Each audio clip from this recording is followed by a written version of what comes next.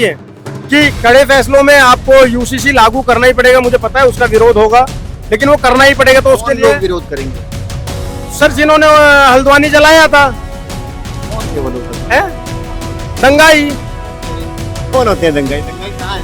है कहाँ मिलते हैं जो दंगाई? भी कहीं पर मारपीट करता है, जो पथराव करता है, आगजनी करता है, वो दंगाई है। अब आप मेरे से सुनना चाहते हैं कि हल्द्वानी में किसने आग लगाई थी?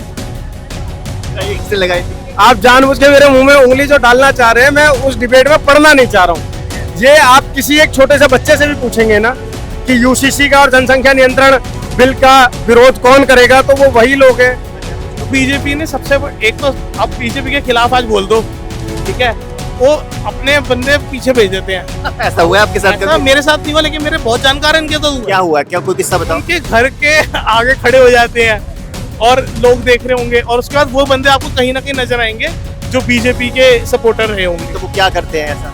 भाई वो एक डराते हैं, कोशिश धमकाते है हैं। किसी तरीके से कि मतलब किसी तरीके से लोगों को वो करा जाए कि हाँ भैया हमारे हिसाब से सही से बोलो, नहीं तो फिर देख लो। हाँ, मेरे को लगता है कि ऐसा है।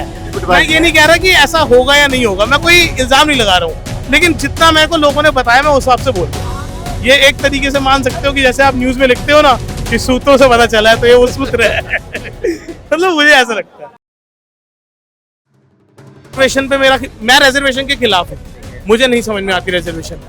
एक बात बताओ, एक टाइम आप कहते हो अब राजा का बेटा राजा नहीं बनेगा, अब जो वो बनेगा जो लायक होगा, तो रिजर्वेशन हटाओ। यही तो बात है ना। अगर आप रिजर्वेशन दे रहे हो तो आप कह रहे हो मैं एक जाति को रिजर्वेशन दूंगा, एक समुदाय को रिजर्वेशन दूंगा, ये गलत है। अब रिजर्वेशन हटा दो, एक स्टेप वो ले लो, दूसरा स्टेप ये कर लो कि आप एजुकेशन पे काम कर लो, और तीसरा स्टेप और सबसे इम्पोर्टेंट स्टेप, टैक्स के टैक्स के जो स्लैब्स है वो प्रॉपर होने चाहिए। अगर आप टैक्स के स्लैब जितने हाई रखोगे कि लोग दे ही ना पाए, लोगों की इनकम 100 रुपए आप टैक्स कह रहे हो कि मेरे को 70 रुपए दे दे, और महंगाई आपने कितनी रखी हुई है पता है कि 200 रुपए में गुजारा ना हो, ठीक है, और महंगाई 200 की है आपकी, तो आपके सिस्टम ही गलत है ना।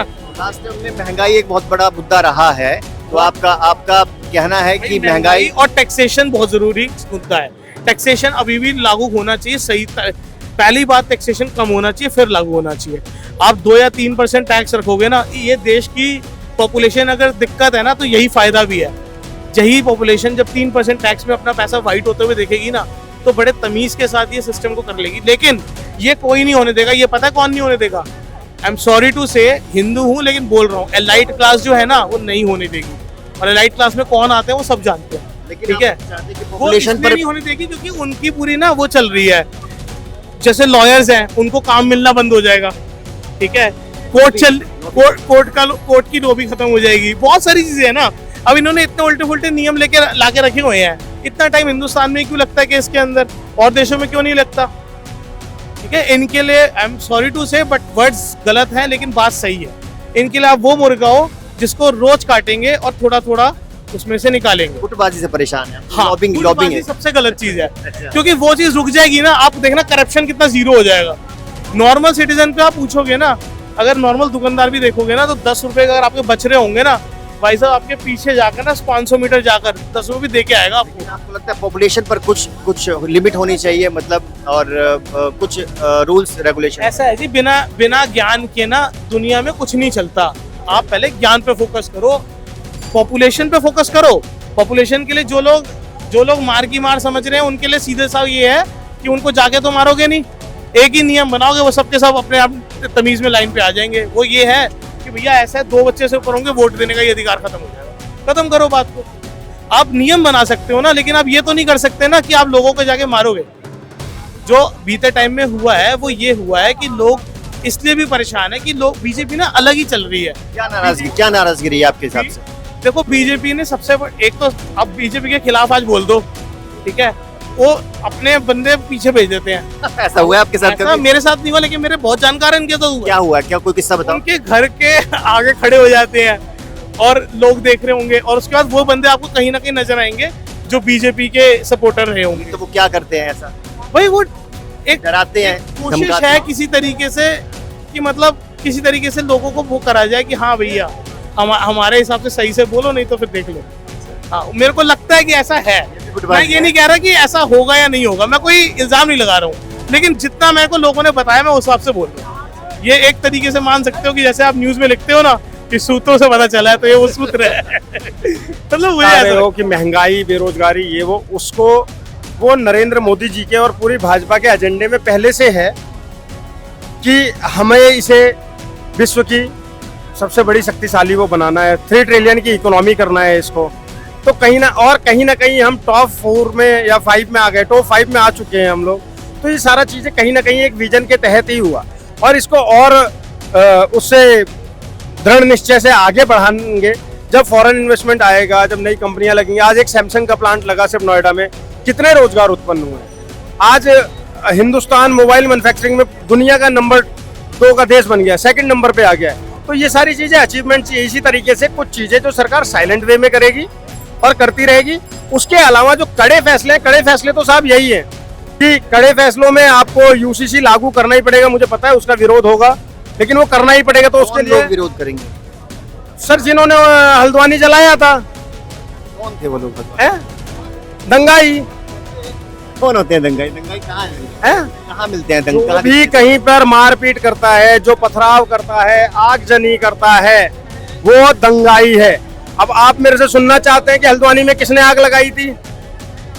से लगाई थी। आप जानबूझ के मेरे मुंह में उंगली जो डालना चाह रहे हैं, मैं उस डिबेट में पढ़ना नहीं चाह रहा हूँ। ये आप किसी एक छोटे से बच्चे से भी पूछेंगे ना कि यूसीसी का और जनसंख्या नियंत्रण बिल का विरोध कौन करेगा, तो वो वही लोग हैं जो कसाब की मैयत में जाते हैं। मेरी बात हुई है कुछ, उन्होंने बोला कि पॉपुलेशन पर कुछ ऐसा, कुछ कानून, कुछ ऐसा रूल लाना ही चाहिए। देखो, एक नारा दिया गया था, हम दो हमारे दो। हिंदुओं ने उसको माना, क्यों? कहीं ना कहीं वो देश के लिए था। आज ये मुस्लिम समुदाय को भी मानना पड़ेगा। कहीं ना कहीं गांव में बहुत जरूरी हो गया है। हिंदू मुस्लिम की बात कैसे आ गई? मुझे बताइए कि ऐसे बहुत से गांव हैं आज भी जहां पर हिंदुओं के भी 10-10 बच्चे हैं, 8-8 बच्चे हैं। उनके लिए भी है सर। वो गांव में आप कहीं किसी दूर दराज, किसी राजस्थान के या बिहार के या उत्तर प्रदेश के किसी बहुत पिछड़े गांव की बात अगर कर रहे हो ना, तो आप कर सकते हैं। नहीं तो आज की डेट में हर आदमी यही कहता है। भाई साहब, अब आपको एक नई बात बता दूं, आदमी 2 तो छोड़ो, अब कहता है हम 2 हमारा एक को तो ढंग से पढ़ा ले।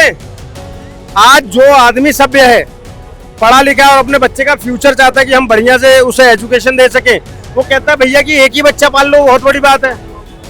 समझ गए? तो समझदारी तो यहाँ आ गई है। अब आप किसी दूर दराज, किसी गांव कस्बे की अगर कह रहे हैं तो मैं नहीं कहता, लेकिन वहीं पर जो आपने बोला ना, अभी तक आप हल्द्वानी पे मेरे मुंह में डाल रहे थे, मैं नहीं बोल रहा था, लेकिन अब जब मैं बोल रहा हूँ तो आपको उसमें ऑब्जेक्शन है, इसीलिए मैं नहीं बोल रहा था पत्रकार महोदय। मैं किसी डर से चुप नहीं था। बोलिए, मुझे कोई ऑब्जेक्शन। सिंपल सी बात ये है कि अगर आज के परिवेश में, देखिए हमारे यहाँ पर एक सती प्रथा हुआ करती थी, जिसको लोगों ने कुरीति बोला, समय बदला, सती प्रथा चेंज हुई। जबकि सती प्रथा हमारी कोई पौराणिक नहीं थी, मजबूरियों में आई थी, ये भी सब जानते हैं, लेकिन हमने बदला ना उसको।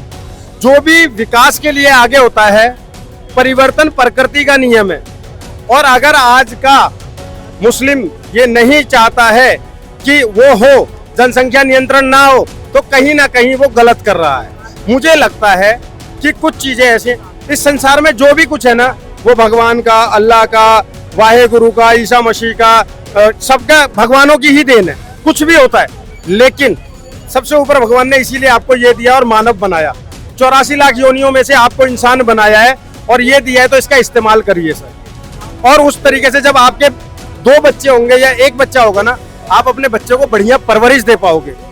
और देश की जनसंख्या पर जब नियंत्रण लगेगा ना, तो भुखमरी कम होगी, बेरोजगारी कम होगी। आज पूरे विश्व में आप देखिए ना, हमारी जनसंख्या कितनी हो गई है, उस पर बात करते ही नहीं है ये लोग।